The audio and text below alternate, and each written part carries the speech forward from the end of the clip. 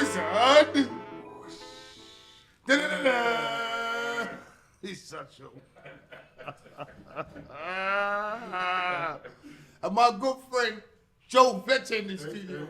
Come on, Joe. Come on, Joe. Yeah, in the studio. What's going on, Joe? You good? Yeah, great, man. Yeah. Come on. Good. How's everything going? Yeah, I mean, yeah, interesting. Just exploring, self-exploring, and seeing really just how my mind creates all these stories and that are not really in alignment with life. And so you've got life that's just happening, and the mind is just constantly making a story out of everything and then believing that to be true. And then that's causing my own suffering. And then I start blaming it on everything out there. When I realise that actually it is that story in my head. And because what's happening in life doesn't match with my story, then I don't like that, and then that'll cause more suffering, rather than accepting what's happening as being an expression of life, and that's okay. And then I can learn from every experience and grow from every experience, rather than trying to fight and think, well, it should be like this, rather than what it is. So then, is it your perspective or your perception that you're dealing with? I mean, we all have our own perspectives on life, and there's nothing wrong with that, because that is the exploration of humanity and the exploration of consciousness. But it's accepting that exploration really, and enjoying the exploration and having that curiosity, rather than thinking, I need this, or it's got to be like this to be happy, or it's got to be this to have a good life. And so the more I put an idea on what things should be like for me to have a certain experience or certain happiness or certain what I think it should be, it's actually just seeing really what's happening and exploring that. So it's a perspective. Yeah, this is my perspective. You have your perspective. Chris has his perspective. Everyone has their own perspectives, and none of them are ultimately true. They are just an idea of what life is, and what life really is to me beyond anything the human mind can comprehend.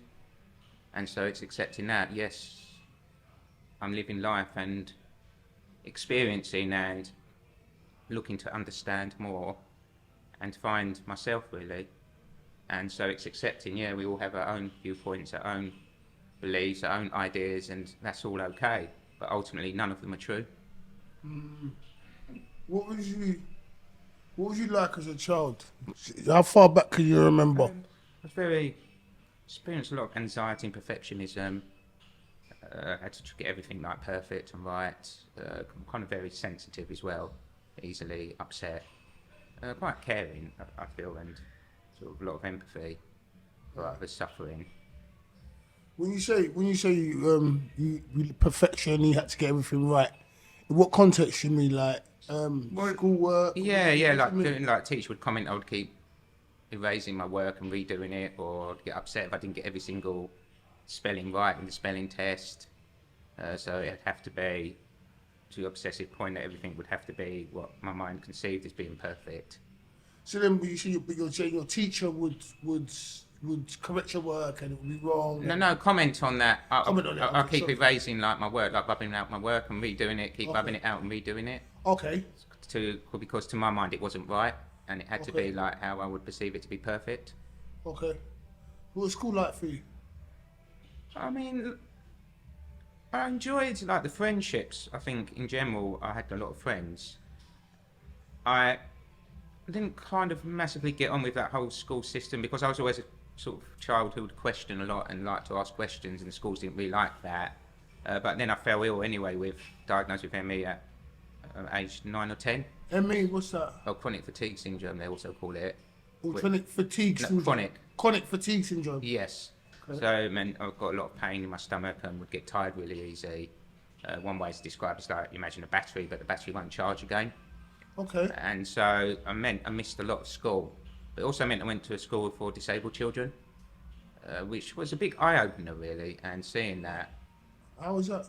Well, at first it was seeing that like people who experience disabilities are just people, and that we are more than just our body. And so yeah, maybe something in our body doesn't work, but it doesn't stop us experiencing life, and it doesn't stop us being an amazing person and that people can enjoy being with, but also teach you more about gratefulness as well for that, what you have, and that there's always, your life could always be a lot worse than what it is, but not comparing each other, but just seeing that, being grateful for what you do have, because it's so easy to look at, well, that person has more than me, or that person's faster than me, or better at football, or better at their schoolwork, and then you see that, well, actually, we all have our gifts, but we all have our challenges. Is that something you notice more when you went to the school for people with disabilities? Yeah, and just how we like very much put an idea and a barrier, like, so you think, oh, that person's got a disability, so they're a lesser human being, and seeing that actually, no, they're not. And so it challenges very much your own, or my own, like, programs, ideas and concepts about people and about life and that, and seeing that actually, no, that's not true. How did you feel? What was the difference between you going to, let's just say, a school that wasn't for people with disabilities and a school for people with disabilities? Like, you said you moved over to a school, and it must have been different for you. What was the differences that you can remember? Well, I found it was a lot more relaxed. The teachers were a lot more relaxed. Where is that, at the school? For disabilities. Okay. And because the classes were a lot smaller. And so it felt more of a friendly family atmosphere. Okay. Whereas school very much felt that sort of almost military processing that a lot of kids go. I mean, it was Church of England school I went to, the primary school. Okay. And so there was a lot of, like, fixed ideas of, like... A lot of, sorry? Fixed ideas and that about, Okay. like, how, like, you had to behave, and, like, my younger brother went as well, and he was, like, told, like, pride is a sin and things like that, so it was very much, very formal, very How old are you? controlled, and that, 44. 44? Yeah. Okay. And how many brothers and sisters do you have? 2. 2, okay. Where do you come in the hierarchy? Oldest. You're the oldest, yeah? Yeah. Do any of your brothers, any of your siblings have any disabilities, or do they suffer? Yeah, both of them were diagnosed with ME. Okay, so all 3 of you had... Yeah, and my dad as well. Okay, wow. So is it hereditary? Well, I don't think they really know, because it's one of them things, ME, they've not really discovered what causes. But it's very much what I've been studying, is because we tend to separate the mind and body as 2 separate things, when really they're both part of the same system. And so it very much affects how your mind is. Your state of mind really affects your physical body. And I mean, I was watching a doctor who say that in the medical field, they'll tend to look at, oh, look, you've got something wrong with your liver, and just look at that, rather than looking at the whole holistic view. And because that's another thing I learned about the mind, how the mind will separate us from life, when there is that connection to everything that they might call oneness, and that in spirituality, but they may talk about it in more abstracts. But I mean, science has started to prove that now, that we are connected to everything. And it's the same within our body, that our mind and body are connected. There's not separation, there's not a mind and body. And so if the mind's out of balance and not right, then the body's going to be affected by that. And if the body's not, then the mind is. And if we're living in a society or an environment that's out of balance, then we're going to be affected by that. So what was it like for you initially when you moved from the state school, the Catholic school? Oh, Church of England it was. Church of England school. Yeah. And then you went to the school where for the kids with disabilities, and you had smaller classes, more attention.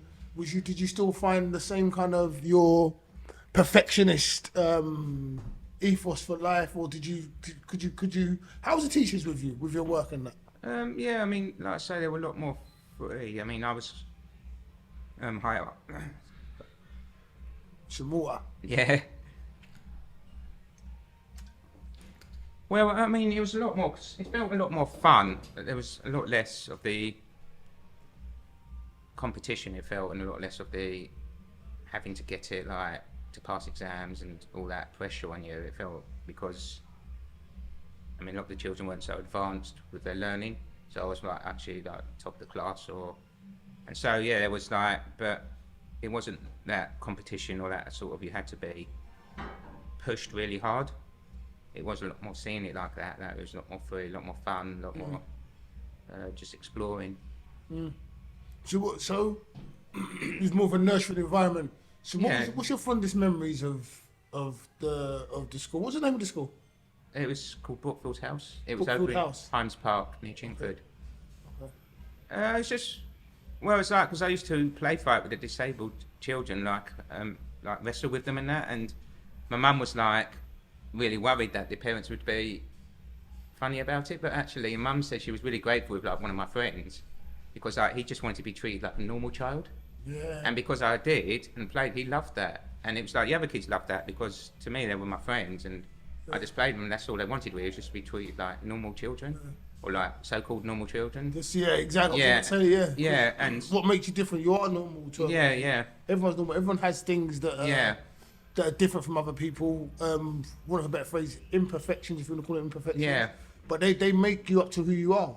yeah, for sure. So what is perfect? You know And what I what is mean? normal really, isn't it? It's just like, I mean, where do we draw a line? What's not normal? What's normal? And it's just like, Who gets to say? Yeah, You know what I'm saying? I mean, for me, it's normal for a child to play with other children, irrespective of what they may have going on or not going on. You as a child, you're playing, you're wrestling, you're bypassing all the stuff that would make an adult say, oh, no, you can't do that. yeah, And then, as a byproduct of that, the other child is feeling more inclusive as well. yeah, It's a win-win, do you know what I mean?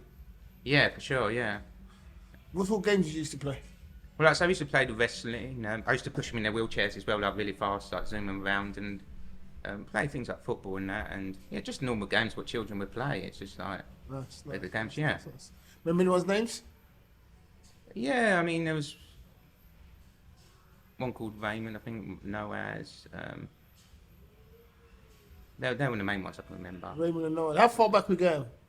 Oh, that was when I was probably from about the age of 11, 12. Okay, That was, yeah. That's your. What's your earliest memory of just of childhood? What's your earliest memory of childhood? Trying to think. I think getting a budgie. That was my first pet. I had this little tiny. What colour was it? It was blue. Nice. Yeah, and I remember it used to, like, when I was playing with my toy soldiers, it would come running over and just throw the soldiers. Yeah. And like used to like land on the shoulder, and it would like terrorise my younger brother, because he'd come in and just because it used to love pulling your hair. Yeah. And he'd come in and pull his hair, and he'd like run out of the room again, and that. So yeah. I'd be scared of that. You used to let it fly around free. Yeah. Nice. So what was your mum like? Yeah, I mean, in general, she's like very much someone I could always go and talk to. I felt like, yeah, I always had that relationship of always being able to speak to my mum. Sorry? Like, I had that relationship that she was always the person I could go to speak to. Yeah. And I think kind of how we make them stories up is like when I was a toddler, I was like really attached to her, and then she had my brother, and they said when I went to the hospital, I was like, back. And so then I felt betrayed for her, and then went to my dad. Oh. So yeah, I found she was very supportive always. Yeah. Yeah. Nice. Is she still with us? Yes, mum. Yes. That's dad? No, dad's not now. He passed away. Unfortunately. So how was it dealing with? Because if you've got ME, your dad's got ME, your brother's got ME, there must have been a lot for your mum to deal with. And Yeah, for everyone for sure. to be dealing with in a household. How did that affect you? Do you think? Yeah, I mean that was tough, and my parents fostered as well, so Okay. there was a lot of children around. Okay. So how did that make you feel? In some ways, it was tough because like it kind of felt like there was other kids coming to take my parents' attention. I think I found it hard as well being around a lot of traumatized children, because it kind of showed me the more darker sides of life, which maybe people don't know about in general. So yeah, that had a big effect. And I think as well, just the feeling that they were coming into my house, taking my parents, a lot more chaos. So yeah, in some way, but also enjoyed it because like being ill, because I'd had a lot of friends before and lost most of my friends from the ill health. And so it was good to kind of had other people to play with. And I think was fortunate I had brothers as well. Yeah. Was able to, yeah. How's that affected you? Or how did that affect you when you first had to deal with loss? 'Cause I don't think I've really dealt with loss like that myself personally. Oh, what do you mean, loss of losing Your friends and stuff, yeah. Yeah, I mean, at the time I felt too ill, I think, to really, because most of the time I was spending asleep, because it completely zonks you out. I think as I got older, it affected me. I felt that regret for not the friendships I could have had or the experiences. Yeah. So yeah, so I think more older, I think it affected me. Yeah. So, okay, I know a bit about you. We're gonna let people at home know more about you. So, You was diagnosed with ME That's right, yes. at what age? I think it was 9 or 10. 9 or 10. Yes. And then have you been diagnosed with anything else? Yes, I got diagnosed with Asperger's, and Asperger's. which is on the autism spectrum disorder, I think they call it now. Okay. And OCD.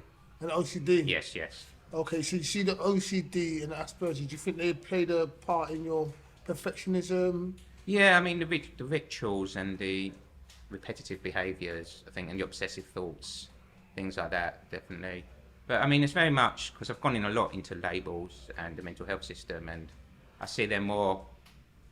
Well, there are labels putting people into boxes. It's more that our mind gets dysfunctional, and so it'll start behaving in these unhelpful ways, and then they'll put a label on that, rather than actually looking at the root causes and the disconnection. And so it's very much looking on a surface level. And so rather than saying the OCD caused this or the Asperger's caused this, I see them more as just being a symptom of the own inner. Well, it talks about how it's divided in the Bible, doesn't it? And also when I went on a recent meditation retreat, how our minds do that. They split themselves off into almost like different personalities, different characters, and they start battling each other. And so we disconnect or have that feeling of disconnection from life and reality. And so our mind will start doing all these crazy things to try to cope. And so for me, things like mental illness, all these are really coping mechanisms for that feeling of, because when you feel you're disconnected, you're in this big universe, it's quite a frightening can feel like a frightening experience, and you feel that life's against you or against me. And so I feel, the mind will develop all these different ways to try and cope with that, and also like a cry for help. And then we put labels on that and say, oh, well, this means you've got this, and this is causing this, and this is causing that, rather than actually looking at that deeper reason why. And do you think that when we're addressing the reasons why people are reacting or behaving in certain ways, it needs to be specifically tailored to the individual, or can it be general? Because the labels are definitely a general thing. Yeah. I mean, it's very specific. Asperger's should be a very specific thing where, like you just said, you may have other things that there may be some aspects of the Asperger's, but there'll be other things that are going on there, and then conflicting matters that also attribute to your behaviour, you know? Yeah. Well, I mean, I think ultimately it's that disconnection, isn't it, from like seeing ourselves as a separate person that's separate from everything, rather than seeing that ultimate connection, what they might call like a quantum field in quantum mechanics, or in spirituality they might call oneness or unity. And so ultimately it's that. But I mean, when we live in what seems like a dysfunctional society and a fragmented society, then that's going to create that feeling of disconnection. And so we're going to start, I mean, you look at nature, when nature's not in its natural state or self, it starts going wrong and devouring itself. And so it's the same with people, really. I mean, we're not separate from nature, we are nature, but we see ourselves, because the mind will have that concept of being separate, because that's what our mind does. It separates and divides, because that's how we experience life. But seeing that ultimately that's not true, that's just, well, it kind of seems like a kind of dream, really, or a kind of, well, like a show or a dream. I mean, it's like when you watch a movie, isn't it? You watch the movie, What you enjoy does? the movie. Well, life, really. It's like when you watch a movie, you experience the movie and you experience the feelings of the movie, but then the movie's over, and our experience of life is a bit like that, really. That we're coming through our brain and our mind, and that's creating an idea and an experience of that, but ultimately that goes again. And so it's coming back to actually that what stays constant is that perception of what's happening. And so I mean, that's what's really helped me with meditation, because I realised that when I get into meditation and that mind that's constantly whirling goes quiet, you start to feel that there's something actually there experiencing. And it's like, well, what is that actually? That is experiencing thoughts, what's experiencing sound, what's experiencing taste. That is beyond the constant thoughts. So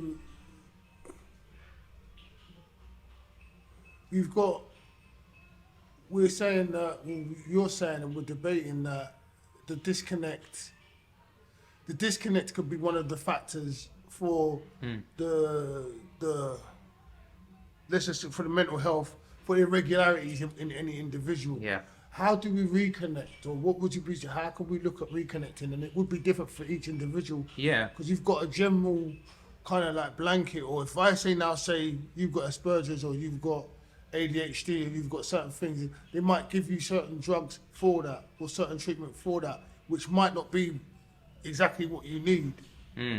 Yeah, how do we go about making a reconnect? What like not that you can answer the question directly, but you know, Yeah, I mean, it's. in your opinion. I mean, I find that we're all like on our own journey, and so it's finding what works for us. And I mean, to me, from my experience, medication's only ever going to be a temporary Fix. band-aid you could put a plaster, because it might quieten your mind temporarily, but it's always going to come back, and it's never going to cure somebody or stop. Ultimately, it numbs your feeling and it numbs your thoughts, but it doesn't just numb the what you might term negative or the themes you don't like. It numbs all of them. And so, for me, things like medication that may help somebody who's in a real crisis to quieten their mind for a little while, but ultimately it never helps anyone. I've never met anyone yet who've said that it's profoundly changed their lives. And so I find it's finding what works for you, really. And for some people, meditation does work. Other people, it doesn't. Some people, going on a psychedelic experience can work really well for them. Some people may meet somebody. Some people may turn to religion. Some people may sports. I mean, it's just whatever works for you, whatever you feel drawn to, really. And it's kind of going beyond that thinking mind, isn't it? What you feel more of a feeling, intuitive type. I'm just thinking the word.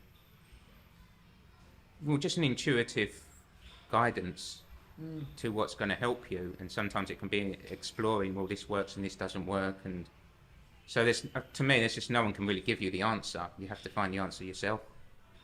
So when you was diagnosed with Asperger's and you said OCD,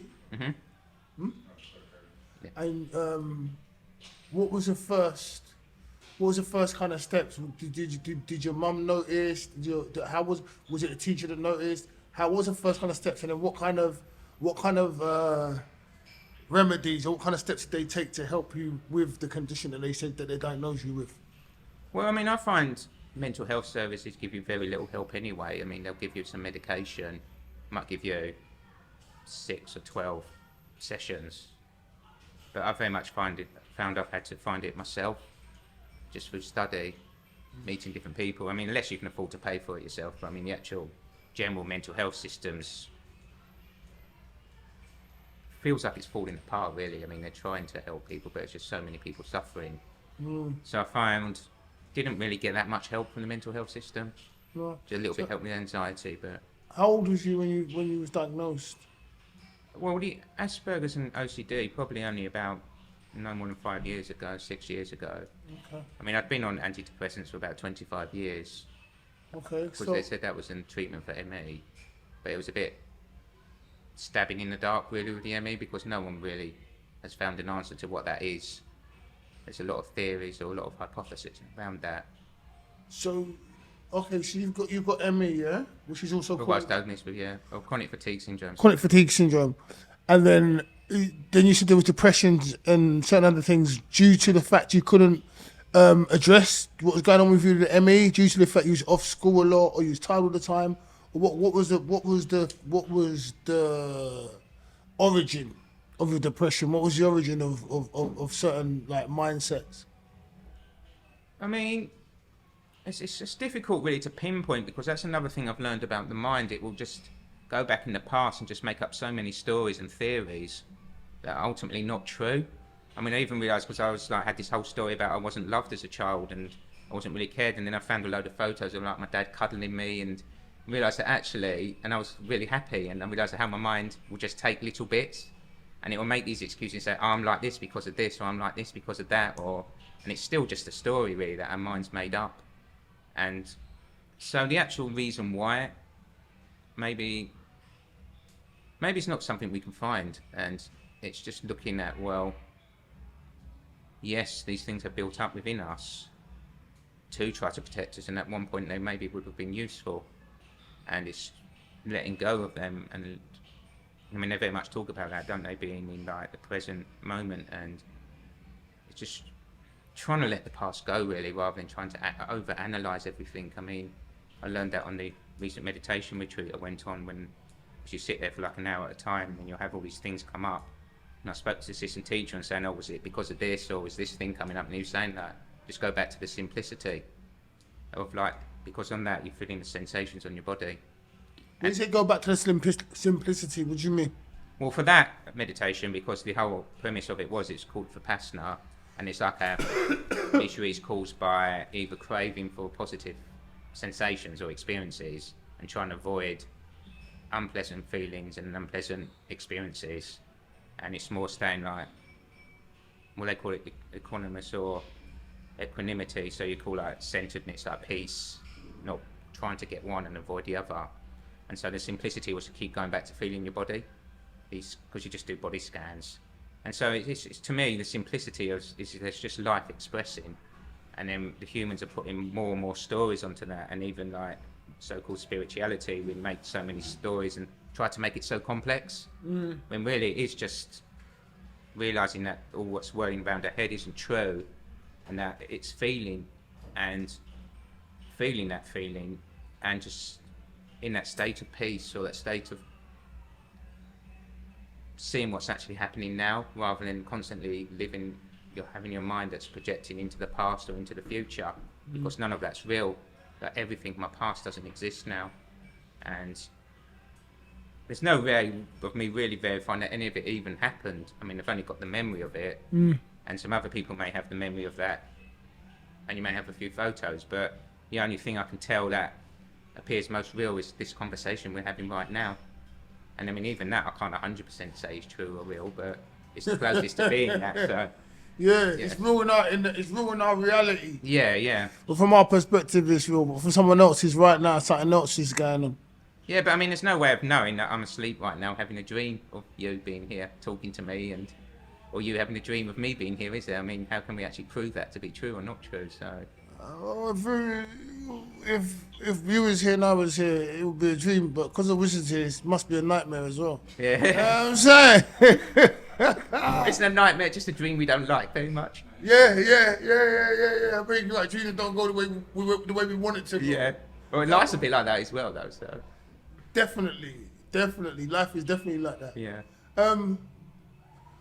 So about your brothers? Was they diagnosed with the same? They were diagnosed with the same thing. Was they given the same medication as well? Yeah. Oh well, I've got one brother, and one brother's now my sister. Of course, one's transition. Okay, so you've got so you still got two siblings. Yes. But one is now transitioned into a woman. Yes. Okay, nice. Older or younger? Both younger than me. Okay. No. Okay, but we're in the one who's transitioned to a woman. Is the youngest. Yeah. Yeah, youngest. How's that impacted your family? I mean, being accepting in that, I think Mum struggled at first because she was more like my little boy, and so she really struggled with that. And so yeah, it seems kind of strange at first because you get used to certain things, don't you? And so it suddenly challenges that. But seems really happy now, a lot happier, and a lot more like not so anxious, feeling so anxious. So, I mean, it's her life, isn't it? And it's not for someone else to tell someone else how to live their life. Definitely. And so if it makes someone feel more at peace in it, I mean, it's their choice on what they want to experience in life. So, yeah, I mean, it's just accepting really that everyone's got their journey and what works for them, and that we don't have to force our opinion or our view onto somebody else. And just accept everybody has their experience and what they need for their own journey. So what kind of drugs have you been given? Well, I took antidepressants, like anitriptyline, I think, and amitriptyline. Yeah, and some other ones, and I think I had Prozac for a little while when I was a teenager, but that made me feel really hyped. I'm going shakes, and I mean, Prozac. Yeah, I got off about 4 or 5 years ago because someone told me about a book by a guy called Robert Whittaker, who's a medical journalist in the States, and he went to Harvard. They let him into Harvard University's the medical center, and he just followed the whole paper trail and just pretty much exposed the corruption in the pharmaceutical and psychiatry industry. And so I watched loads of podcasts and actually saw what the medication actually does to your brain. I mean, it's not without its damage, and seeing that actually it does cause a lot of damage to your brain. And there is a lot of corruption in there, that a lot of it is to make money. And so they put all these labels on people, because then you can sell pills, can't you? And so, yeah, I realised that actually I needed to get off them pills. So, Prozac, what was the, do you know about side effects? Do you know about the effects it had on you? Well, for me, it just made me feel really hyper, gave me the shakes. And yeah, I just felt hyperactive, and then like... How much tryptamine? Well, it made my hair fall out, that was one thing it did. But Made your hair fall out? yeah. How much tryptamine made your hair fall out? Yeah, and so they changed me over and it stopped. That was the main. And I think, I don't know, it just sort of numbs your feeling, really. And it was after that when I had my first, what may be termed a sort of mystical to spiritually type experience. When you say you had your first turn, your first spiritual experience, explain that to me, no? So I was just feeling really anxious, and then it's just like this voice and feeling came up through me, and it was just like pure energy was going into me, like love energy, light. And had you been taking any drugs? No, I'd stopped. I'd been like just studying. I was reading books by this guy called Sydney Banks, who was a spiritual teacher in Canada. He was originally from Scotland, and so I'd been reading quite a bit of his material.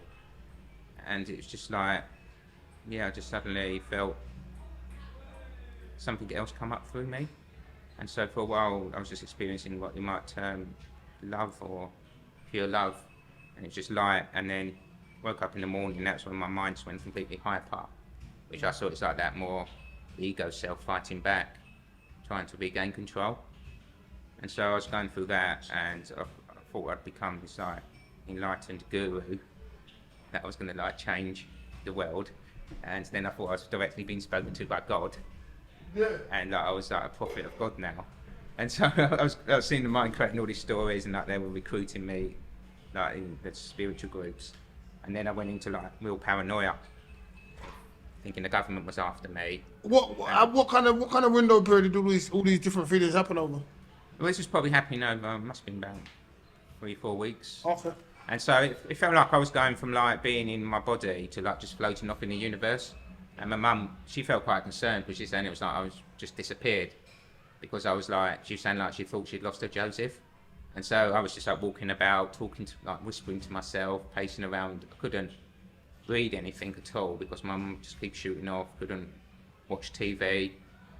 And so, yeah, and then like, I got caught in all this paranoia and thinking the government was after me. And I mean, probably if my mum had panicked and taken me to a psychiatrist, I would have been given a load of diagnosis and put in hospital, or given...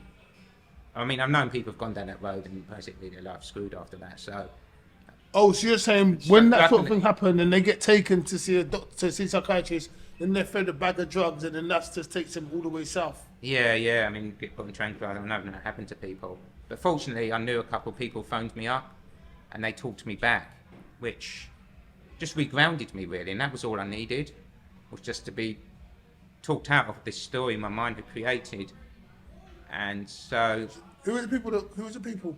One was a friend, and one was, I was doing a coaching course with this guy. He teaches, he's like international coach, and so he teaches quite a lot of high-end clients, but he was doing some like, cheaper courses, and it was the lady who worked for him, and so she was one of the coaches and also like an assistant, and she phoned me up, just kept talking over me and talking to me, and eventually my mind calmed down again. And then I saw, well, actually, that's what people need, isn't it? It's just someone to speak to them and listen to them, not people to panic and stick them in hospital or... To feed them drugs? Yeah. So that was my first experience of... which I felt grateful for afterwards, because it taught me about thought and the power of thought, that you have a single thought about something and then you buy into that thought, and then it'll create more and more and more and more. And you have a whole story then that seems really real. And I mean, some of the stories I was believing was like the ego was controlled by a CIA device, and I thought like satellites were listening in to me, and I think the thing that scared me the most in my mind at that time was that they was going to come and take my poems. And so I was like saying to my mum, like, I can bury them in the garden, or I can like... Yeah, so it was kind of really crazy stories that were coming up, and then I was looking back on my whole life and thinking I'd been I was like some kind of Luke Skywalker type character, and that spirituality was really this ruse to overthrow all the evil governments and bring in this new enlightened sort of society of new governments, and that I was this sort of Luke Skywalker character. And so it started going back on all these people I'd met in my life and saying, oh yeah, he was recruiting me, she was recruiting me, and so yeah, just saw how our mind can do that. It can just make this whole story up really out of one little thought, and if we believe that to be true, and it can just be really, really crazy. So rather than saying, oh, this person's ill, they've kind of believed that thought and created that story, and it's talking them out of it again, bringing them back to what seems to be reality or what seems to be this moment. Then, so from what you've said to me now, some of the stuff you've formulated, but some of the stuff you've digested. Because you're talking about just off the top of my head, Star Wars, certain other things, the government, this, that, conspiracy theories. Some of it aliens and stuff. Some of it you've seen and you've taken it in, and other stuff you manifest in your mind. Do you know what I mean? Yeah. Like, it's how important is it to control, watch, or be aware of what you let in to your psychological, to your mind, what you watch, what you digest, what you read, what you actually listen to, because what you're listening to has brought you out of a place where you've been. Your studies and stuff are helping you comprehend and understand things about the drugs, things about yourself, so on and so forth. So that's a positive one. That's a positive example. Now, for a period of time, in school, people are telling you certain things, like there's a different ethos in the Church of England school, I want to say. To the school for people with disabilities, you're getting a different kind of energy put into you. So therefore, you're flourishing in the school with the smaller classes, with a more focused teaching, opposed to the other one. So how important is it? Like, I've gone all over the place. Sorry about that, John. Yeah, that's right. But yeah, I mean, I think it's vital, really, because what we feed into our mind is what we get out again. And I mean, because I've been working with a shaman, a guy called Chris Hargreaves, and I'm in a group called like the Gilda Brothers, which is what I'm doing at the moment. And he talked very much. Gilda Brothers. Yes, and he talks very much about the programming of our mind, how our minds get programmed, and basically we're all running around with all these programs running in our head. And so what programming we put in is how we live our life. And so if we keep looking at all these, what we focus on, our consciousness focuses on, is going to be the life we live and what we believe life to be. And so if we're watching the news all the time, seeing all these negative things about the world, we're going to live a life of being the world's pretty, I don't know if you can use curse words, but So you will, mate. pretty shit. And so if we live life like Shit. that, and we live That's not a fucking curse word, Joe. Excuse my French. that's all right. But anyway, yeah, What comes out of us? A lot of people talk it sometimes, but it's not a curse word. Sorry, God. That's right. But yeah, so we believe the world's like that, this terrible, awful, hellish place. Whereas if you watch other things about the beautiful things, the great things that people do, the compassionate parts of life, then you'll see the world as being like that. And so if you're going to constantly feed your mind with fear, and not see that actually things like the news are actually designed like that, aren't they, to create fear, because fear makes money. And people don't realise, well, actually, the media or another business, they're not there to, I mean, I read a book on that, and it was saying that they're not there to tell the truth, they're there to make money, and the thing that people buy into is fear. And so, yeah, it's that again, what you feed into your mind is how you're going to perceive the world. You see what you're saying about what you feed into your mind, does that also relate to what you feed into your belly? As in foods and... Yeah, I mean, I've very much found that. I mean, because at one time I had a big quite addiction to sugar, and I really noticed how awful I'd feel, how crappy, and just like, yeah, my whole mindset would go down. And I mean, I've very much worked a lot on my diet now, and like eat a lot of natural fats, and I mean, it's all vibrations, isn't it, really, that life is vibrations, and so vibrations are going up and down, and so food has a vibration to it, and so you've got food that's got loads of ultra processing into it, and it's not natural anymore, it's going to have a really low vibration, that's going to affect your own. Whereas you're eating food that's not been having all this stuff done to it, not had all these pesticides put in, not been put in a lab, it's a lot more connected, then it's going to be a lot easier to experience more peace and more. I mean, I'm not saying you can't eat, you can still do it, but it's going to be easier, so it makes it more difficult. Is this something that they push before, as in eat healthier foods and nutrition. Is that something that's prevalent in, like, Yes, very much so, yeah. recovery or whatever? Yes. Rehabilitation. Well, it is, especially that, the Gilda Brothers group, they've very helped me with that, the food and eating more foods that are healthy for you, because certain foods have different vibrations to them, of different frequencies, and so certain foods will help you in certain areas. What are you talking about? All right, the Gilda Brothers and Yeah. the foods and the vibration and the frequencies. What are these? What's their ethos? What's their mission statement? Where do they get going? Is this something that you've gone to as an alternative remedy for the conditions that you suffer from, or is it something that you've gone to look for your own enlightenment, like you said, and furtherment? Well, from my own personal experience, I haven't really gone to look for these things. I mean, it just felt like it just happened, really, or something else pushed me. I mean, I'll tell you how I got into what, I mean, even when you say spirituality, how our minds turned that into a concept, really. And when I say spirituality, I just mean that beyond what we perceive here and what we see. Something. Well, say, like, so I'm perceiving this now, and I like perceiving you as a person, me as a person, Chris as a person, when we're actually atoms that have, like, more space in them than they do material. And then what I think is Joe is a story that my mind's created from my experiences, so it's all memory and thought. And so, yeah, that would I consider to be more of the physical world.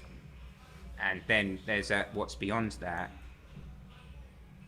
we don't know, so it's like the unknown world, isn't it? We have the unknown world, and like even not really knowing what I am, because I learned that on the meditation retreat I went on, that actually our body's constantly changing, it's never the same.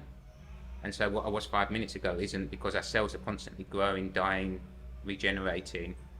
And so you can't really say that's me, who I truly am, and you can't really say it's my mind, because my mind and the stories are always changing. And when you do get into meditation and that goes quiet, there is no story anymore. And so there is no, what I would consider to be Joe, because that is built up from, like, all my past, all the stories in my head.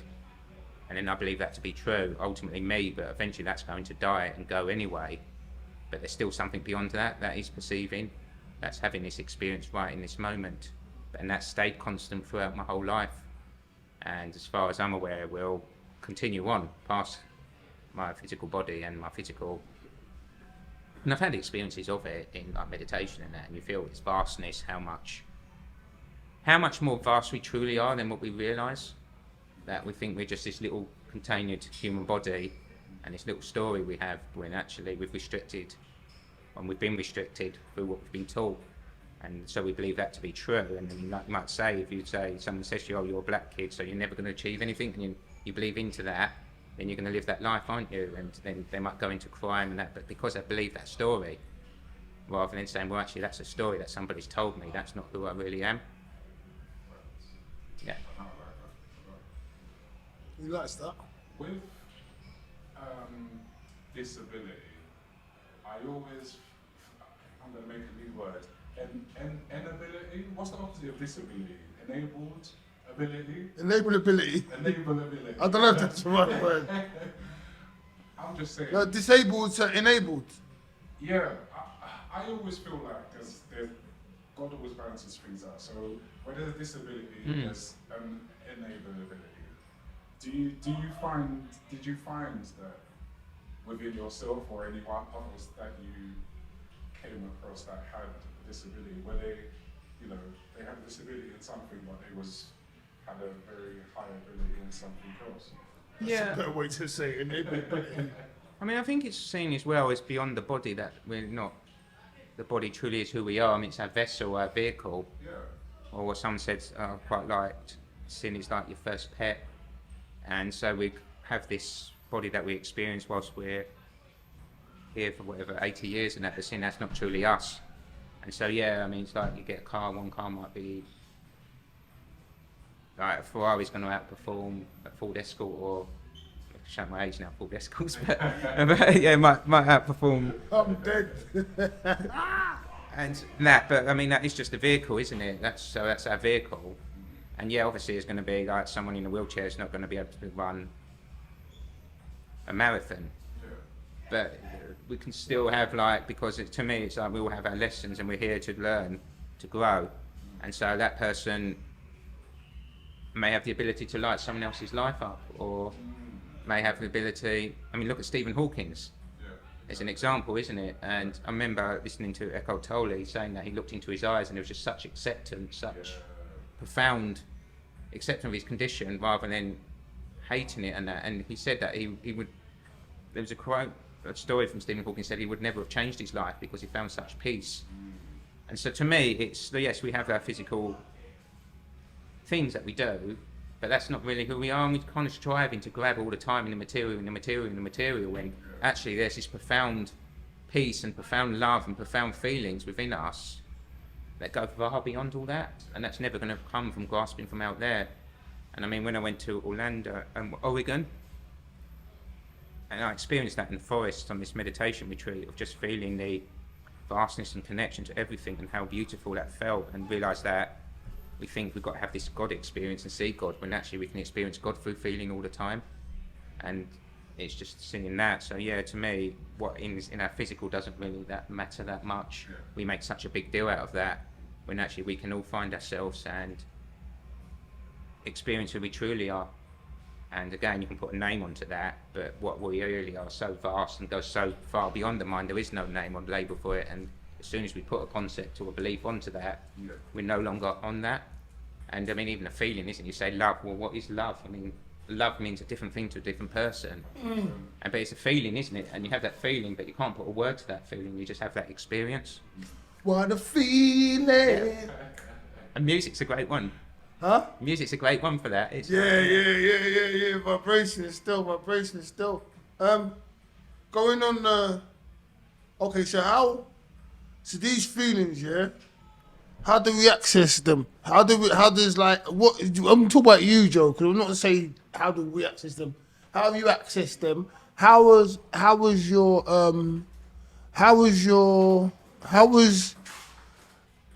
What is in comparison, what's the differences between the prescription drugs that you've taken, how they've affected you, or maybe they may have helped you because sometimes they help in some way, shape or form, compared to the natural herbal remedies, and how let's just leave it with that and then I'll add some more questions onto it afterwards. I mean, from what I understand with the medication is it's basically shutting down parts of your brain. And so rather than saying, so it might seem like it's helping you because it's stopping like the negative thinking, what's causing people see is causing their suffering. So yeah, it's shutting that down. But if you're shutting down parts of your brain, I mean, you're shutting down your experience of life, aren't you, really? So then when you say shutting down parts of your brain, are you saying that both the man-made ones and the herbal ones shut down part of your brain? No, I wouldn't say.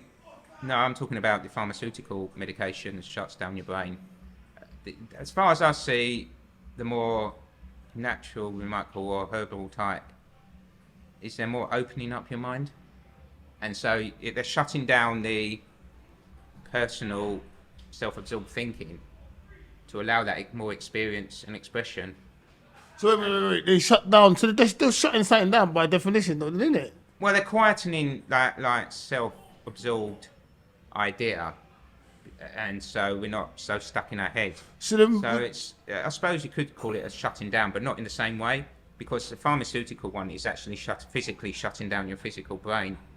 Okay. And what's the difference in what they shut down? Yeah. Yeah, and it depends how you, because in the West, because I've done a lot of study of like Eastern philosophy, and what they call the mind, and how I see the mind isn't the brain, whereas in Western science they call the brain and the mind the same thing. And I mean, I liked what I've heard is like the brain is more like the biological computer, whereas the mind sort of that power behind it, or what's behind. That's interesting. So more spiritual, that's more interesting. Open. So then we say that even when the pharmaceutical drugs shut you down, they're shutting down. Maybe they're shutting down part of your brain, part of your motor neuron skills, part of other things. And you're saying when the herbal ones shut down stuff, they're opening up other stuff. Yeah. So like Well, so just, I mean, for starters, the connection, there's that perspective that's beyond the physical body. And so we're getting it filtered. So you could call it consciousness, for fault of a better word. Yeah. It gets filtered through our brain. Yeah. And that's how we have like a Joe and an Ayo and a Chris. Yeah. Because that's been created by our brain as a separate. But then, as powerful as our brain is, yeah. Yeah. Imagine I say to you now, the placebo thing.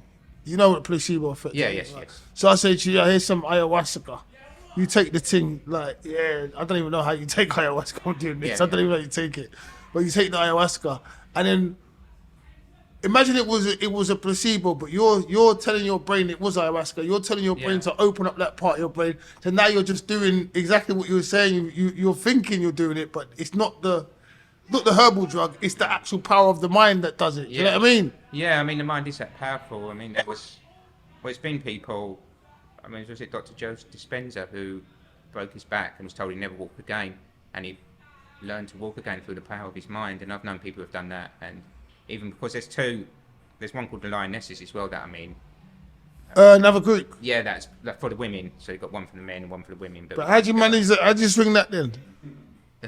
Well, I'm not in the Lionesses, I mean, that's part of the Freudian slip there, but that's part of the Mama. like, what I was going to say is there's a lady in the Lionesses who was diagnosed with MS. Okay. And she actually used the power of her mind to be able to walk again. Okay. And so, yeah, through the power of our minds, we can achieve so much more. And maybe even all the physical illnesses we have is to do with our mind anyway. I mean, we don't know, do we? And so, like I go and say, we separate the two. And so, I'd find even the ME and chronic, the way I see it was that my body rebelled against the tyranny of my mind, or the ego.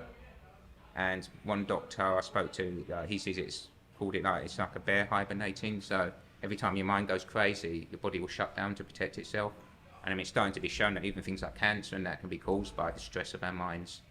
And so that maybe every illness. So wait. So when your mind goes crazy, your body shuts down. Yeah, and it can cause all these physical illnesses and the nervous system, autoimmune illnesses.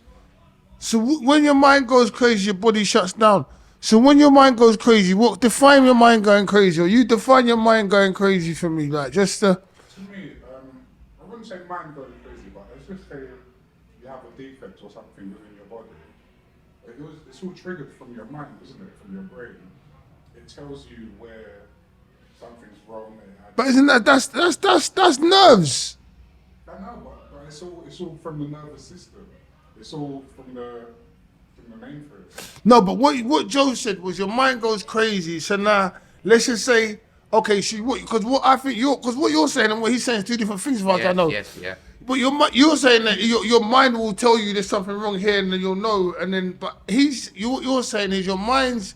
Let's just say, for one of a better phrase, fucked up. He's saying if there's cancer in your body, your mind can tell you. No. Your mind. So let's just say, I don't know, my missus leaves me. I'm stressed out about my bank job, about I'm paying this. I start. What now? I'm understanding it more. My mind starts going crazy over these things. Yeah. So then now I understand. Then my body starts shutting down because my mind's on overload. And it's because so what Joe said was, who was the doctor that you quoted?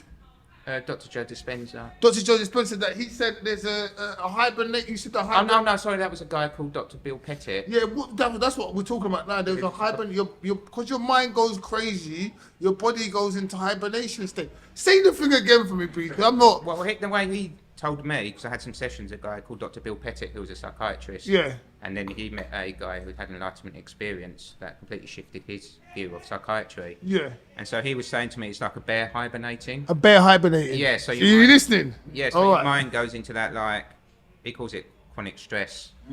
And so your body shuts down to protect itself because, like I say, if your mind's constantly doing that, then your body's not working properly and it's not processing food properly. The immune system shuts down.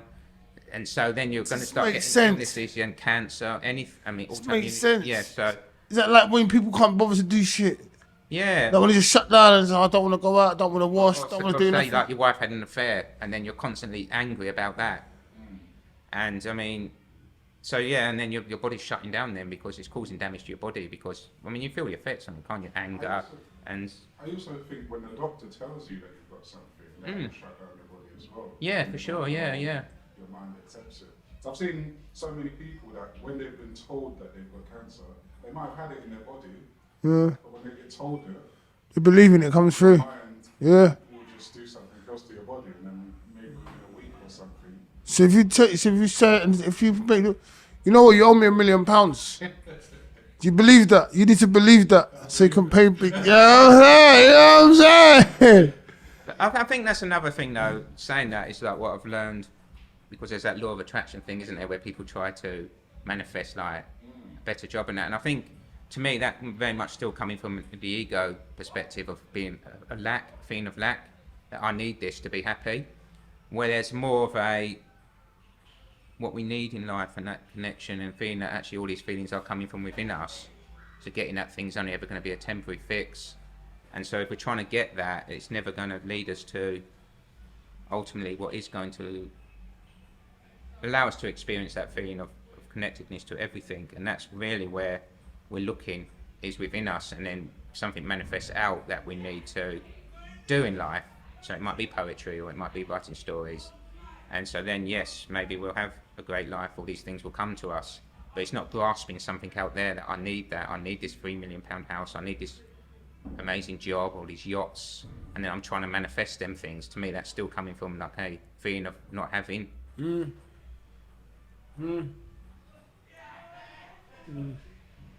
Which one did you think was the most beneficial? Which one do you think is the most like just overrated? It's not really does what it says in the tin. Well, I wouldn't classify it, because that's another thing the mind will do. It will say this is better than this is better than that, because Yeah, but I want to know what for yours. But anyway, let me not cut you. Go on. Yeah, Go on, that's Joe, what I'm saying. There sorry. isn't one I could pinpoint and say that one was better, because they all gave me different perspectives, different things. Yeah. And so I wouldn't want to say, oh yeah, that's better than that, that's better than that. Yeah. To me, firstly, that's disrespectful to the plants. Yeah. Because to me, they're sacred. I fucking love that. Don't disrespect the plants. Well, they're sacred, aren't they? They're sacred plants of the planet. And I mean, it's real. It's real. And so, yeah, I mean, each one's given me something else that I've needed at that time. And so I don't look at trying to make something better than something else, because we do that all the time. I mean, that's one of the things. Well said. I mean, I was talking to a lady from Africa, and she was saying one of the things now, even the little villages now, is they've got the internet and social media, and they're seeing these people with perfect lives, so they're suffering from that. And that's part of what's causing that suffering, isn't it? It's trying to grasp and think everything's better than us, or comparing, and our mind's constantly doing that. It's comparing. And when I went on this meditation retreat, I just saw how like my mind was making enemies out of people I'd never even met, for no reason whatsoever. And it's just like, you're thinking this is stupid, and it's labelling everything and comparing. And so that there's a necessity to that, because obviously you want to, some food's going to be okay for you, some food's going to harm your body, which maybe even that's just a belief, I don't know. But as far as where I am at this moment, I know if I'm going to eat deadly nightshade, that's not going to end up too well. Once I eat healthy foods, then yeah, I'm fine. So, you know, there's a functional need to comparisons, but we make that our whole life, and thinking that we have to compare ourselves to other people and everything. And so, just looking to move more away from the comparing, and just seeing that everything's got a benefit, and even people, everything's part of the totality, isn't it? So everyone's got their use and need. It's needed by you, because we've all got our skills, or we've got our talents. So to me, I'm looking to move away from saying this is better than that, this is better than that, and just seeing that where everything's got a benefit. We spoke about something in a jovial way earlier on, about how mental health was dealt with in different countries. Yes. What's your take on that? What's your perspective on that too, Wizard? The fact is, even though it may very well be prevalent, it's not actually allowed to be the definitive thing within certain people's lives, because there's other things that are more urgent than being able to have. Okay, so I've heard somebody here, and I've heard it recently, and I've heard other people say before, that mental health is a first world luxury. I think Certain people's mental health. You understand what I'm saying? I'm not belittling it. I'm not taking it from away, but you understand what I'm saying, innit? Yeah, I mean, I think one of the things is in Western society we still look at it from the material perspective, and I mean, if you study the history, the reason that is because after the poisoning of Galileo, the church basically said the spiritual world is our domain, and that science has to stay away from that, and that they can only study the material world. And whereas when you look at Eastern science, they didn't have that restriction on them, so they were able to go a lot more deeper. And there was a quote by Nikola Tesla that said if science studied the unseen world, they'd advance more in 10 years than they have in the last 1,000 years. And so we're always very much looking at this from a physical, material perspective, rather than if you look that maybe we are actually having some kind of spiritual experience and we can't understand that, and then we're medicalising that and saying that's a medical, something wrong with you. Whereas if you look at sort of some of these tribes and that, they'll actually see that person needs a guide from a shaman. And I remember watching a film saying about how some see things like schizophrenia as being the gift of sight. And so the shaman would take them, and I think that was in Mongolia, and train that person up. And so maybe actually, I mean, I've known people as well, they've had like some really deep, profound spiritual experiences, and then that's been diagnosed as a mental illness. And then they've been put on medication and that. So to me, we're only looking at this surface level of there being something wrong with the brain. When then look, actually, maybe then people are awakening who they truly are. At least, not in maybe every case of so-called mental illness, but at least in some of those cases.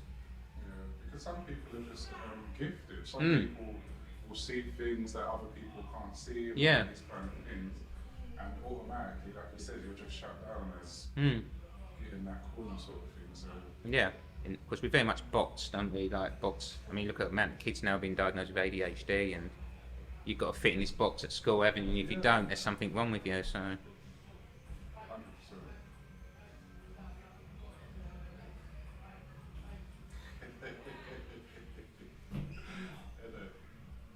100%.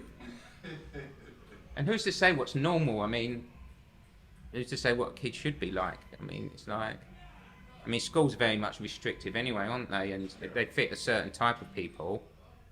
But if you don't fit into that, then the kids are going to play up. And you maybe got a kid who's hyper with energy, and they're told, well, you've got to sit there and read and that. And then if you don't, there's something wrong with you and you're ill when you need this medication.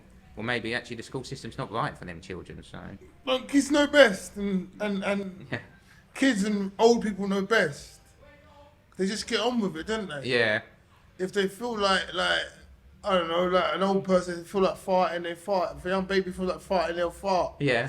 There's, you know, like if an old person wants to cuss, they'll say whatever they'll say. Like when you get to a certain age, and then prior to a certain age, so isn't it the middle part that we kind of like we get a bit fucked up? Yeah, we overcomplicate and we label and overcomplicate and label. yeah, rather but you than see a child as well. Like a child might fall over and they might make a fuss about that, but 5-10 minutes later they're out playing again, aren't they? They're not worrying about it. Oh, that was so terrible. Oh, that evil playground injured me, and that. Whereas an adult, you could spend years, decades even, about one event, replaying that over and over in your mind. Yeah. Someone might say something to you or do something that's kind of slight against you, and then you're 10 years later, oh, that bastard, he did that to me, he ruined my life. And it's like, I don't know why you accentuate the letters of that word, that bastard. Yeah.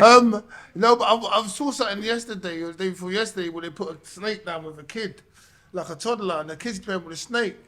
So the child will play with the snake and not understand there was any danger. But if the child now looked at the caregiver, that someone they trusted, and they saw any fear in their face, they would replicate that energy. So the same as if the child, sometimes, like you said, the child falls over, they'll look, and if you're going, oh my God, like, oh, you're right, they react. And if you don't, I've seen kids hit the wall, boom, and get up, and start running away, and just playing like it's nothing.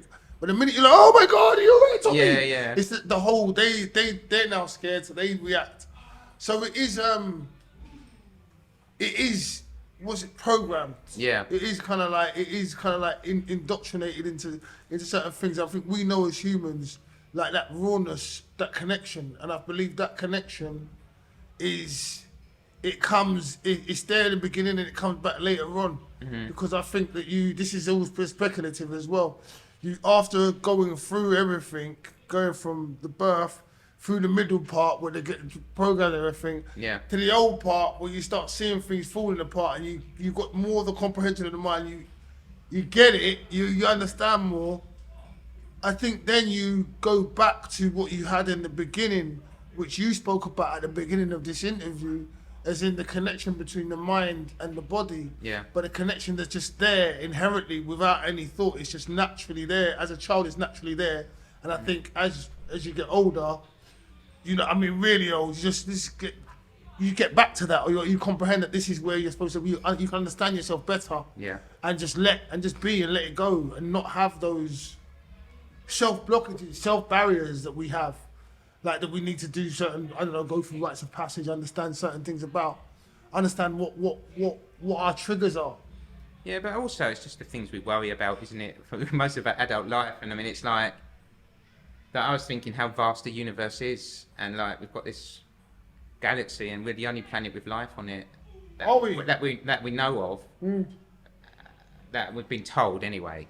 So as far as we know. I love that. You three things there. So as far as we know, from what the evidence we've been allowed to see, we assume we're the only life. But you think how vast the universe is. I mean, there's trillions and trillions and trillions of stars, and each one is like a sun, isn't it, with their own planets. And then you think how many billions of years we've gone back, and our cells and our DNA and life really, and we've survived. I mean, there wasn't there a point where there was only 15,000 humans left, I think, on the planet, and we've survived that. I can't remember. It wasn't that long ago. I mean, I don't know exact numbers off the top of my head. Something like 200,000 or 300,000 years ago. And so we've survived all that, and we've survived wars. Our ancestors survived wars, disease, genocides. And so all these things, we come to this point, and then we start worrying about, is my bum too big in this dress? Or did that person look at me funny? Or did that person, was he thinking about me and all that? So that's what I mean. You see the kind of comedy to it, don't you, really? The futility of it, this how wonderful life is, and just our own body. I mean, all these processes that are constantly going on. I mean, our heart's beating at this constant rhythm. All these cells have come together. I mean, how wonderful our body heals itself. And we forget all that, and then we focus on all these kind of silly little things, really, that don't really matter. I mean, so what if someone cut me up? I mean, what's this matter? Or even gets like, if someone doesn't say thanks to you and that, you get really angry, feel really angry about it. How dare they not thank me? And so, yeah, I think as you get older and that, you start to see more and more how pointless all that stuff is. And I mean, you might spend your whole life working really hard to be a multi-millionaire or millions and millions and have all this material stuff. But then when your body dies, what does it matter anyway? I mean, it's no good to you anymore, is it? So, I think... Can't do nothing with it. What's that? You're still thinking you want $1 million, don't you? With the million of it, no, I'm collecting. I'm gonna collect it. I stuff. So yeah, I'll give it to the kids, man. Kids. Pass it to the kids. Let the kids figure it out. You know what I'm saying? What benefits did you have though from? I hate saying condition, but what is it? ME? Did you say? Yeah. So, what did you see any benefits? Yeah, for sure. I mean, I think the fact I didn't go through the whole school system maybe meant that I avoided that programming.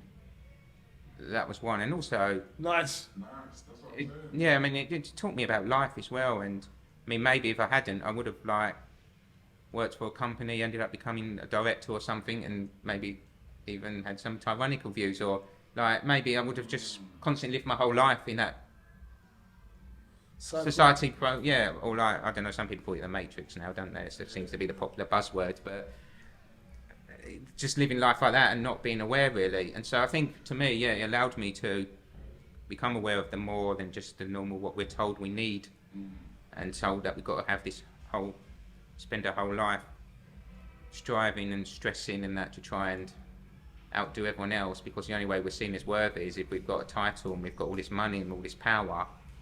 When really, is that making them people happy? Because you speak to people who work with people who are billionaires and millionaires. I mean, the Shaman said to me that they're probably living the most miserable lives of anyone.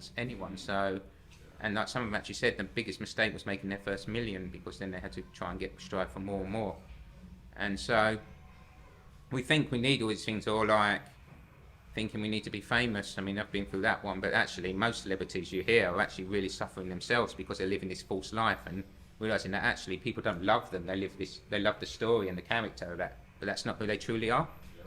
And so, yeah, just seeing that actually there's so much more than that, isn't there, when we don't see that.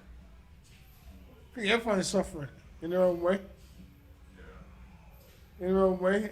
And I think, like, maybe the whole celebrity suffering is like, maybe it's like you got issues and stuff, I got issues and stuff we need to deal with on a daily basis, whatever they may be. Yeah. But I haven't got the spotlight on me, so now I've got the spotlight on me, and I'm now acting like I ain't got no issues. But I know I've got issues, so doesn't that compound them more when I get off screen? Like, cause I've still got to go back to that life, and it's like everyone thinks you're all good and hunky-dory, but you've got some major things you're dealing with. Could be relationships, could be personal stuff, could be like substance abuse. There's so many different things people go through as human beings, you know what I mean? But you got to hide it as a celebrity, ain't you? Yeah, but also I think, again, we put judgments and we judge suffering as wrong.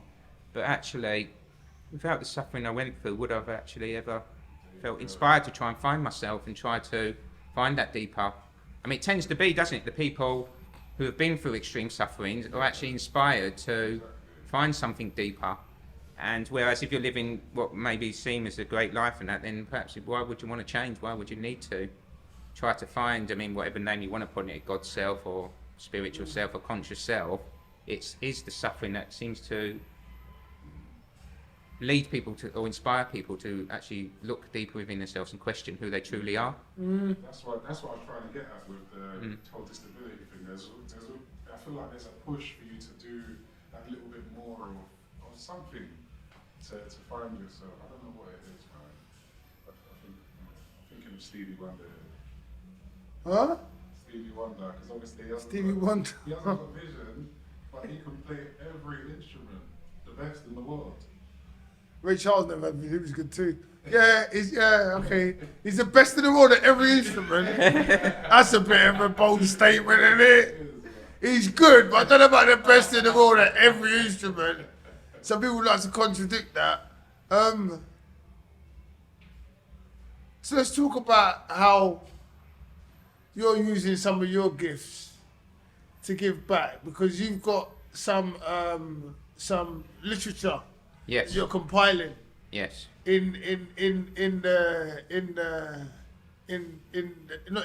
was gonna say in the attempts, but I was saying the hope. No, with the intention to educate young people, old people, all different kind of people about different parts of mental health, to illuminate the pitfalls, the benefits, the solutions, and to just kind of educate in a different way, in your own unique way. Yeah.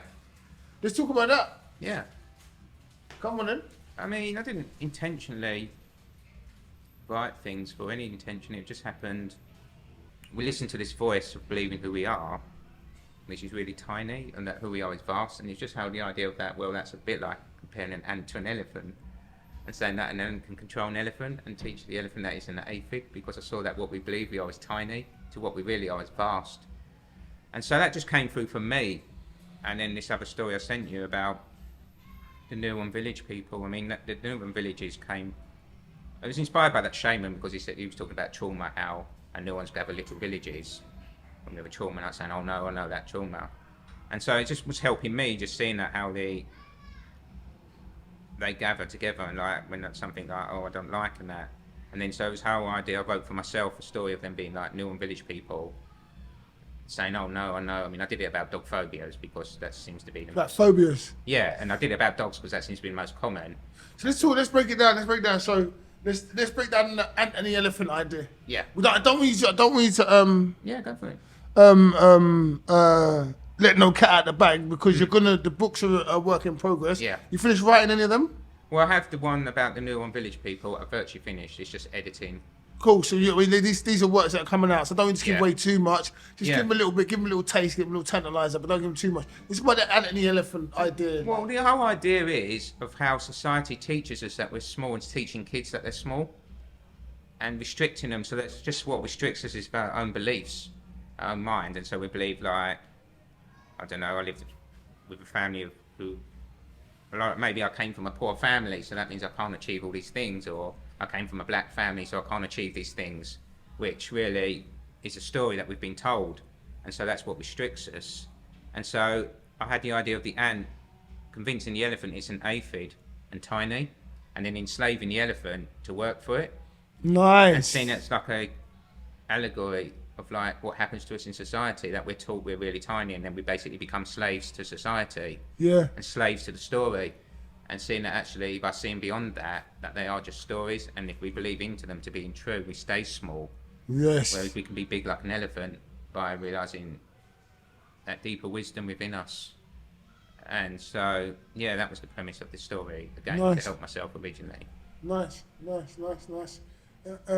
And who is that particular story, and who are the stories geared towards? What would be your target audience? Who did you? Well, I mean, none of the ideas come up, but who did you, when you was writing them, who did you have in mind of digesting? Myself. Yourself. That's what I say. It was no intention of doing them for other people, and I just happened to. The Ant and Elephant just read them to a friend who used to work as a teacher, and he was helping me edit, and he was just saying that could help us, like teenagers. And so then I wrote this other neuron one, and people just saying, "Oh, it'd be good for some kids," and so some friends let me read to their children. And then so I started refining the story, because that was really helpful, because I do have a highly intellectual mind and will tend to overcomplicate things. So Well, you do. Yes. So And you're a perfectionist, remember you said, so you like to perfect things. yeah, but I have like an intelligent mind, but it's one that will overcomplicate when actually simple sometimes is the way. And so it helped me with kids, is that you've got to have it a lot more concise for them to understand, and you need to simplify a lot. And so that actually helped me with myself, simplifying things. And so yeah, it seemed to be like a sort of natural evolution really, rather than me sitting thinking that, oh, I want to be a writer, or Yeah. I want to write for people. It just happened. Nice. So what's next for you? Well, I think getting my mind under control, and Sorry? I'm very much getting my mind under control. And I think what helped is, because doing the meditations with this guy called Richard Haidt, a guy in America who studied in Japan for 15 years with 4 samurai masters. And what he really taught me is how mind comes to all these conclusions about life. And he would really challenge them, and I actually saw that actually all my conclusions about life are just bullshit. And so I think it's even that, having a conclusion about the future, I don't really know what's going to happen for me, because I never, 3 years ago, I would have said, fuck off or something, if you told me, like, what the hell are you talking about, if they had said, like, oh, this would happen to me. I never experienced any of it, would have thought. So, I mean, that's something else he really helped me with, is coming back, the more we accept we don't know. Like, I don't know who I am, and I don't know what's going to happen. So if I actually look and say, I don't know what the next step is, I'm just looking to get more and more into doing what I need to do now. And not, like, obviously you have an aim, so my aim is to get the book out, but not 100% knowing and trusting that actually there is a greater intelligence that will guide me if I get out of my head and stop believing I have to do it myself or control. Because as humans, we tend to want to control life, don't we? Control nature, control. And I mean, I saw scientists saying that every time they try to fix something, they create 10 more problems. And so, yeah, for me, it's very much just working on myself and getting more into a piece, and then seeing what happens. Cool. So that's a long way of saying I don't know. No, but it's all good, man, because we spoke off camera about Yeah. a few things, and you're not in control of most of it. No. And what you think, because everything you're saying, it makes so much sense. Yeah. Apart from when you said you're trying to get your mind right, because your mind doesn't seem like it's real. It's just certain questions that you're trying to... Not right, but in control, because... Control, but you can't be in control. You're not in control. And you're... Sorry. Go on. Well, that depends what you see as being you, though, isn't it? Because if you see, like, Joe as a character as being me, then yes, you're right. But the way I see it is the mind's a tool. Yeah. And so, or I kind of saw it again, like, I mean, the way I conceived it was like very much if you look like a stallion or the wild Mustang horses. And so they get one and they try to tame it, and so you can't control it from an ego sort of force. But if the horse submits, then it becomes a servant. Not a servant, we see that as negative as well, don't we? But a servant, yeah, it serves. And so I see it with the mind as well, like when we calm the mind and that the mind will serve us. And so it's we're in control of it, and as in fact we can give it directions. And so, I mean, there's a quote, isn't there, from Jesus that Jesus serves you when you. I mean, I can't remember the quote on the top of my head. And so, Jesus! When you And give so- it to him, basically. so When you give him the glory. yeah, and so it's that, isn't it? It's not controlling your mind from an egoic perspective of a tyrannical control, but it's like a computer. Like you can feed it information. I mean, we're not 100% controlling the computer, are we? We give it some information, and the computer does what the command we've typed in. And so it's the same with the minds that we say, well, I need to write a book, and so we give the mind that request, and then the mind does it. And so to me, that's what, rather than the mind being in control and acting like the tyrant. And so that's what I mean by when I say control. I mean, I think that was quite poignant because once you negotiate with a horse and the horse works with you, then you have a symbiotic relationship. Yeah. You ride the horse, so you work together. Once you get past a certain point, the comprehension, understanding, maybe just going through certain things. Certain, like they say, you break a horse in, innit? Maybe you have to break the mind a bit to get through. But that analogy works for me very, very well. So it's not saying the mind is wrong or the enemy or anything like that. I think, to me, the humans have got a very powerful mind, but we identify as the mind, and so the mind's in control, and that's why we're living in such a seemingly destructive society, or societies, because the mind's running wild with itself, and like saying, it's creating enemies out of everything, and so I might just create an enemy out of you for no apparent reason, just because the way you look. And so the mind's doing that, isn't it? So you see all these wars, like Second World War, how their people's minds created this story of it's those group of people's fault, they must be destroyed, which again is just the mind running away from it. That was the Nazis, no? Yeah, the Nazis created, didn't they, this whole story that if we wiped out the Jewish people, then our suffering would end. But again, it's because that disconnection, not seeing that actually beyond the story of being, I'm a Nazi, that person's a Jew. Beyond that story, there is that connection that we're all human beings, and we're all what may be termed spiritual beings beyond that. But we don't see that because the mind's created the story of being, he's a Jew, I'm a German, so I'm superior to them. Which again is just a story that the mind's created. It's not reality, is it? It's not fact, it's not truth.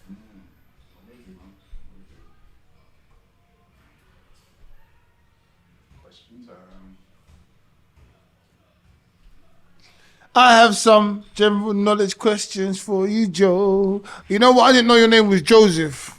Yes. Nice name. Thank you, yeah. Nice name. Is it biblical? Yeah. It's funny, isn't it? Even as a child, I used to hate that name and think I want a different name. But Seriously? yeah. Why? Just No reason why. Does the mind need a reason why? Yeah, no. I like when you ask questions like that. What's your earliest childhood memory? I was saying, I think when I had a little blue budgie, and I used to run and throw the soldiers around, and that was like my first pet. So other than if you say that your body's your first pet, but first external pet. So what now? Well, I can see the body in some ways. Your body's your first pet. Yeah, it's a way of looking at your body. If you see yourself as being beyond, because what were we before we were born? Before we became that first cell within our mother, what were we before that, isn't it? What's the thing that comes into the body, that animates the body?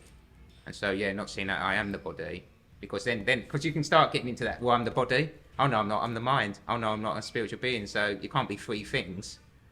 So then it's that whole question is, well, what am I? I'm fucked. I can't be the mind, am I the body, am I the mind, am I the spirit? And so, again, it's all that separate, and so it's seeing a way of, just a way of conceiving, because no concept really describes who we are, as far as I understand.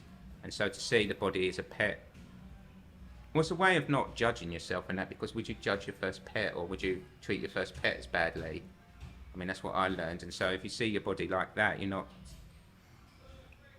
hating on yourself, or, well, not yourself, hating on your body. You said something there, now I've lost it, man.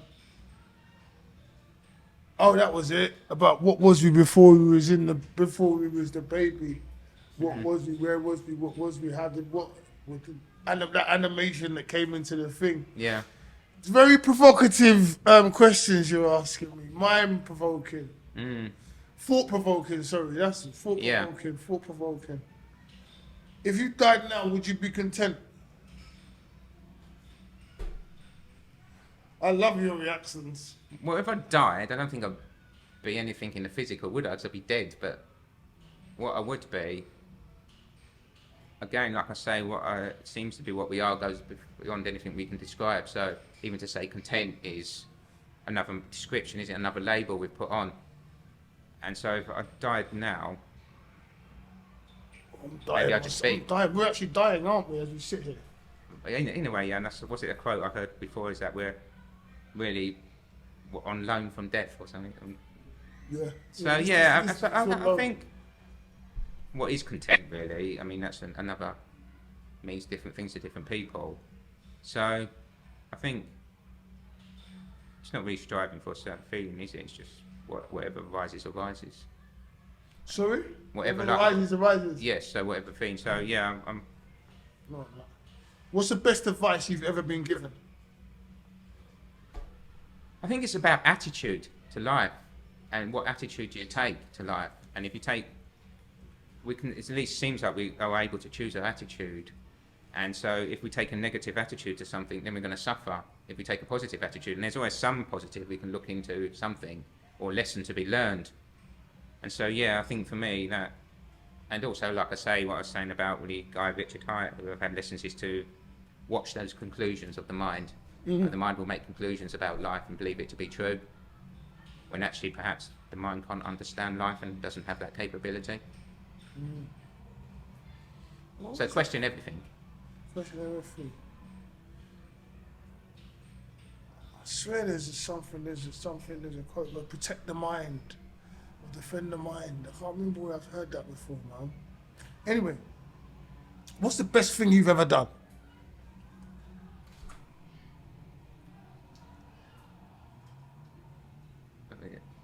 See, that very much feels again like a mind judgment of like saying what's best and what's not, because you like this, yeah? How do you define something as best? And best in whose opinion? I mean, I've just lived life and tried my best I can, and sometimes it's gone well and sometimes it hasn't, and I don't really find it helpful to like put a label on that being best. Something that makes you, when you think about it, makes you smile. I mean, just doing nice things for people that people have come back and said like, oh, that helped me what you did, or like just buying some food for a homeless person, or if someone was feeling like really down and just being on the phone for them, listening to them, in that moment that's helped that person, just being there for somebody. So nice. If you were a colour, what colour would you be and why? Well, red's always been my favourite colour. I thought you were going to say colours are a state of mind. But I mean, again, I wouldn't put in a specific colour. What would I be? Because again, I don't want to define myself. Because if you put a definition on myself as to even say I am Joe, it's my name, isn't it? It's not who I am. I mean, before my parents named me, I still existed. And if they'd never give me a name, and like if someone bangs their head and suffers amnesia and forgets everything on their story, they're still here. They're still at least appearing to exist. And so, yeah, I try to avoid defining myself. Like, we need it if necessary, isn't it? Because otherwise I didn't have a name, who would be able to, I wouldn't know to call me, or you don't say you've got a job because you have a job, or you have... But who says we need a name? Well, if we didn't have a name, like if someone called us, how would we know who's calling us? Or if we needed to apply for a job, or... Hello? But then, are you saying hello to me, or you're saying... And if you no, I'm saying, oh yeah, but then I can say, yeah, you, or not you, or you, or not you, like, or my man, or yo, hey, I don't know, but like, it's an identifier, isn't it? Yeah. Yeah, I mean, we have identifiers, don't we? And we have them for functional purposes, but ultimately, they're not who we are. It's got loads of stuff. You're making me think about stuff. Like my brain was, I have mentally tired because of the show and everything we did yesterday, and so on and so forth. However, you're giving my brain still, you're making my brain work, like in a good way, not in a negative way. Sometimes I can talk to people, my brain's off, but like I'm trying to keep up. I'm really trying to keep up. I think I need some WD-40. Yeah. Serious, like just get there. You know what I'm saying? Do you have a party trick?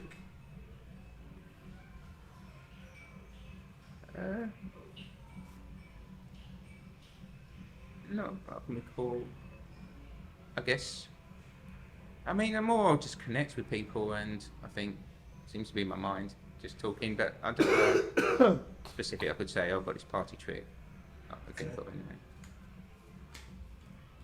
What was your first heartbreak? I guess my first pet dying. Oh. So Budgie, what was Budgie's name? I can't remember now. It's so long ago. I had so many pets, but I really can't remember. What's the worst thing you've ever seen? I think just stories from like my parents fostered, and then my mum worked for social services as a child protection officer, but also some of my cousins were quite severely abused. I remember being like a small child and my teenage cousins come around crying their eyes out, so I think things like that really. Just showing- Your pet hates. Well, I think just the way society restricts people and teaching children that they're small and not capable, and so things like that, and just how like fear is fed into people. I mean, you have silly ones that are challenged now, people not thanking you when you let them through, and people just treating you well. Yeah. That's why you said it earlier, isn't it? Yeah, people unnecessarily saying mean things and that, or I mean, there's kind of, you have them things that are like, then you feel annoyed about them, but it's like they're just, again, stories are built up, aren't they? That it should be like that. Somebody should thank me, or somebody should treat me well, or so again, it's really coming from myself. Then they've got to open the door, hold the door. Yeah, only God knows where they are in their mind. Yeah, but it's not really about the other person, is it? It's about our expectation, and then that's not being met. And so we don't have to be affected by what other people do, because we can't control what other people do, and nor should we. I mean, I've tried that. Can't even control myself, so most of the time. So yeah. Can you say that again, please? I say we spend all this time trying to control other people, we can't even control ourselves. So it's the truth, man. It's truth. That's why you like it. It's truth. If you if you were an animal, what animal would you be and why?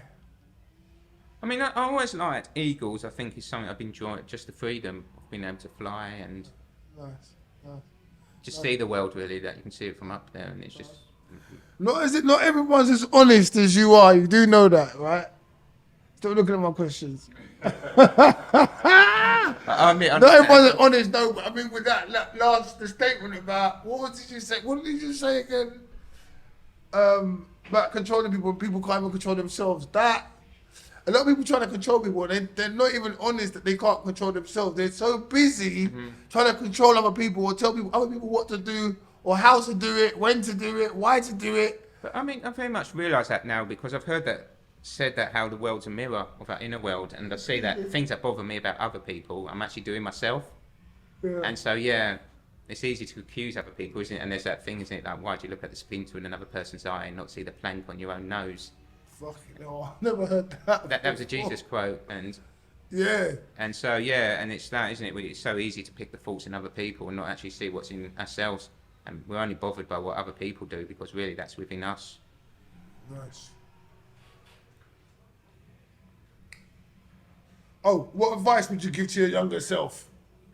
Well, stop worrying so much about what other people think of me, and see that actually really already do have all I need, and I don't have to achieve all these things to be worthy, that I'm already worthy.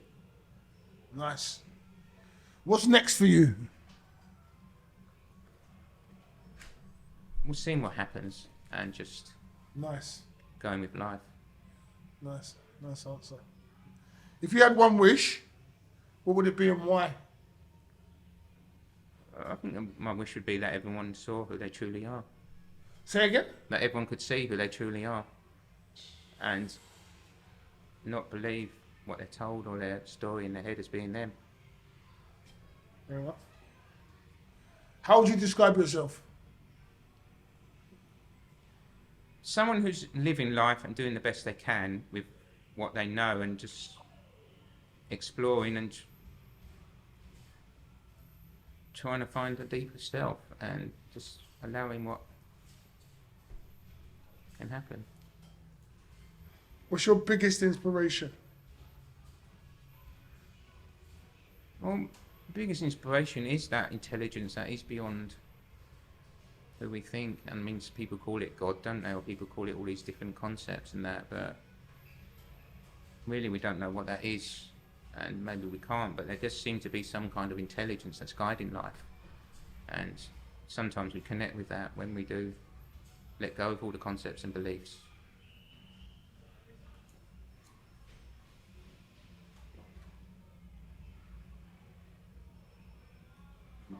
I asked you about a wish, innit?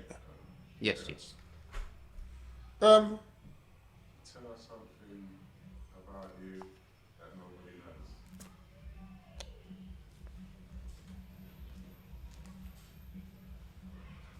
knows.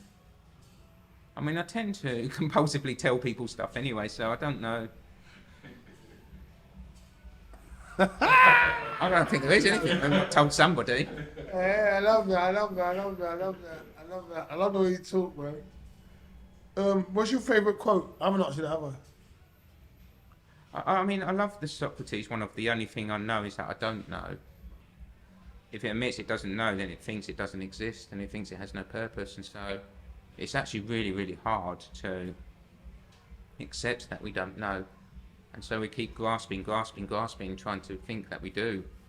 And I mean, that's what when you look at science, isn't it? You look at psychology, you look at psychiatry, it's assumptions that we know when we don't. I mean, no one really knows what the mind is. No one even knows how the brain works properly. I mean, we know little bits about it, and there's so many assumptions about that. So, yeah.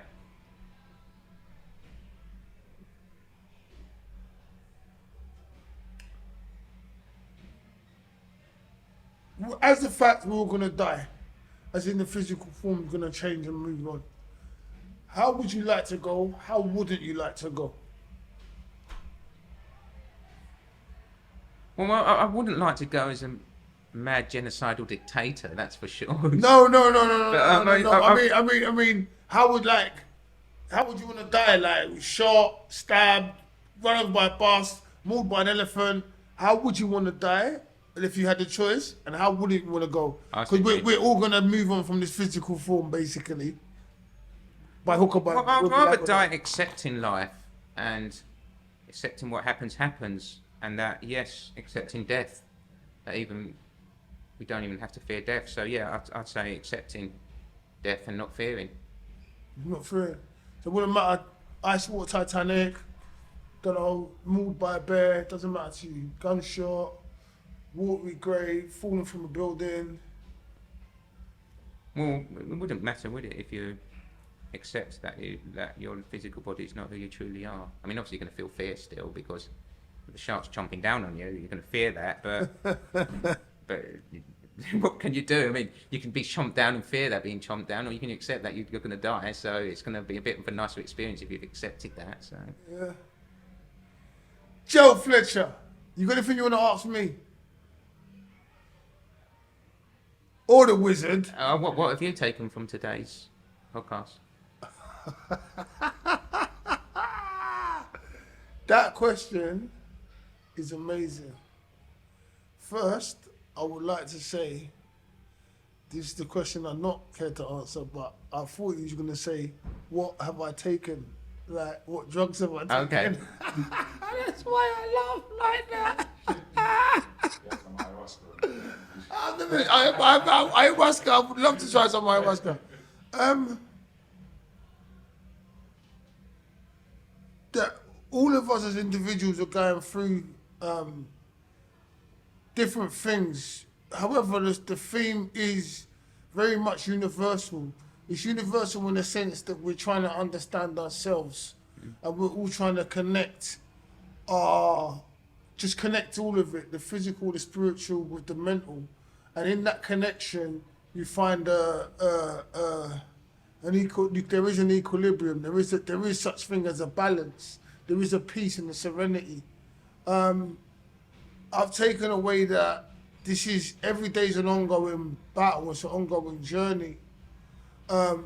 Self-awareness is the most important thing any human being could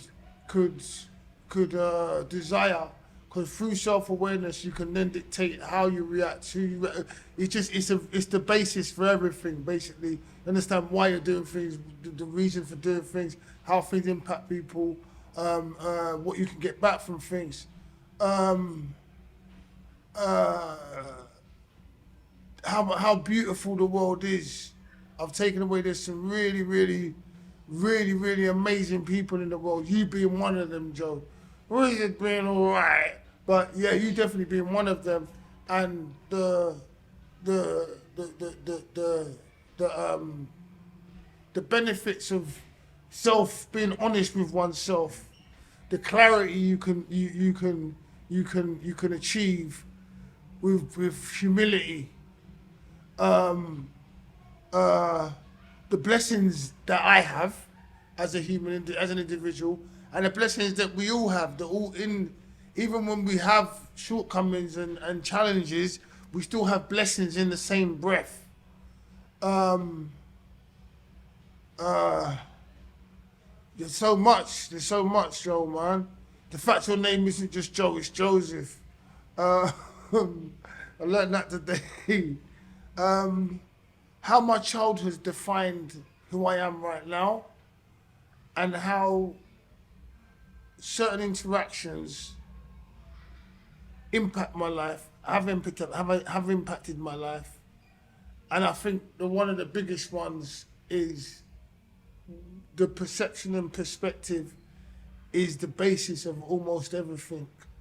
You know, like if I can comprehend that even though I'm seeing this thing like this, it may not be exactly what I'm seeing, and have that kind of analytical brain within going on alongside the fact that it may be what I'm seeing, and that all I have is this moment right now. I haven't got the past and I haven't got the future, so not to worry about that, just be present. There's a peace in that. There's a definite peace and serenity in that. There's no need for me to pull my hair out about the past or the present, because it serves no purpose. But I can now pick a few hairs on the present if that's what the present dictates, you know? And yeah, just like, I'm winning, innit? I'm a human, I'm a great ball of energy. Do you know what I'm saying? I like my energy, I like your energy. The Bush's energy is like, he knew that was coming in. No, but the energy that is around me is becoming more and more of the kind that I would like to be around me.